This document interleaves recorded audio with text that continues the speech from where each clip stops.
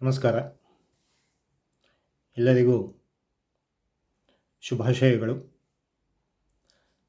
ನಾಗರ ಪಂಚಮಿ ಬಹಳ ವಿಶೇಷವಾದಂತಹ ಒಂದು ದಿನವಾಗಿರ್ತದೆ.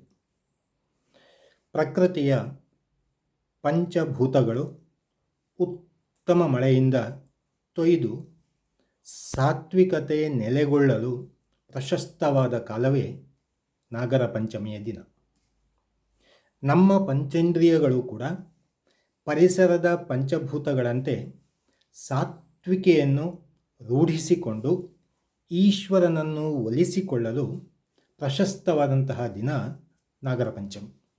ಆದುದರಿಂದಲೇ ಅಂದಿನ ದಿನ ಮನೆಯಲ್ಲಿ ಕತ್ತಿ, ಚೂರಿ ಇತ್ಯಾದಿಗಳಿಂದ ತುಂಡರಿಸುವುದೂ ಇಲ್ಲ, ಒಲೆಯಲ್ಲಿ ಏನನ್ನೂ ಕರಿಯುವುದೂ ಇಲ್ಲ, ಭೂಮಿಯನ್ನು ಯಾವುದೇ ವಸ್ತುವಿನಿಂದಲೂ ಕೂಡ ಅಗೆಯುವುದಿಲ್ಲ.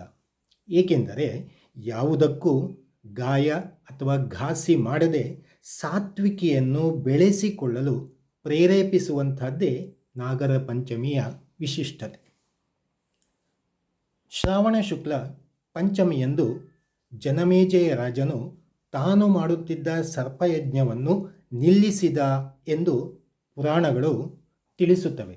ಅಂದರೆ ನಾವು ಎಣಿಸಬಹುದು, ಸರ್ಪಯಜ್ಞವನ್ನು ಮಾಡ್ತಾ ಇದ್ದಂತಹ ಜನಮೇಜಯನೂ ಕೂಡ ಅವನಿಗೆ ಯಾವುದೇ ರೀತಿಯ ಕ್ರೋಧವಿದ್ದರೂ ಕೂಡ ಅದನ್ನೆಲ್ಲವನ್ನೂ ಕೂಡ ಮರೆತು ಬಿಟ್ಟು ನಾಗರ ಪಂಚಮಿಯ ದಿವಸ ನಾಗನಿಗೋಸ್ಕರವಾಗಿ ನಾಗನಿಂದಾಗಿ ನಮ್ಮ ಭೂಮಿ, ಅವನ ಭೂಮಿ, ಜನಮೇಜಯ ರಾಜನ ಭೂಮಿ ಅಭಿವೃದ್ಧಿಯಾಗಬೇಕು ಎನ್ನುವಂತಹ ದೃಷ್ಟಿಯಿಂದಾಗಿ ತನಗೆಷ್ಟೇ ಕೋಪ, ಎಷ್ಟೇ ರೀತಿಯ ವಿರೋಧ ಇದ್ದರೂ ಕೂಡ ಅದನ್ನೆಲ್ಲವುದನ್ನು ಬಿಟ್ಟು ಆತ ಆ ದಿನ ನಾಗರ ಪಂಚಮಿಯ ದಿವಸ ಎಲ್ಲವನ್ನು ಯಜ್ಞವನ್ನೇ ಮುಗಿಸಿ ಅಲ್ಲಿಗೆ ತಿಲಾಂಜಲಿಯನ್ನಿಟ್ಟು ಆ ದಿವಸ ನಾಗನಿಗೆ ಅಭಿಷೇಕವನ್ನು ಮಾಡುವುದರ ಮೂಲಕವಾಗಿ ನಾಗನನ್ನು ಆರಾಧಿಸಿದ ಎನ್ನುವಂತಹ ಪುರಾಣ ಕಥೆ ಇದಕ್ಕೆ ಪ್ರೇರಕವಾಗಿ ಬರ್ತದೆ. ಅದರಿಂದಾಗಿ ನಾವೆಲ್ಲರೂ ನಾಗರ ಪಂಚಮಿಯ ದಿನವನ್ನು ಬಹಳ ಸಂಭ್ರಮದಿಂದ ಒಳ್ಳೆಯ ರೀತಿಯಲ್ಲಿ ಪ್ಲಾಸ್ಟಿಕ್ನಲ್ಲಿ ಯಾವುದನ್ನು ಕೂಡ ಹಾಕಿಕೊಂಡು ಹೋಗದೆ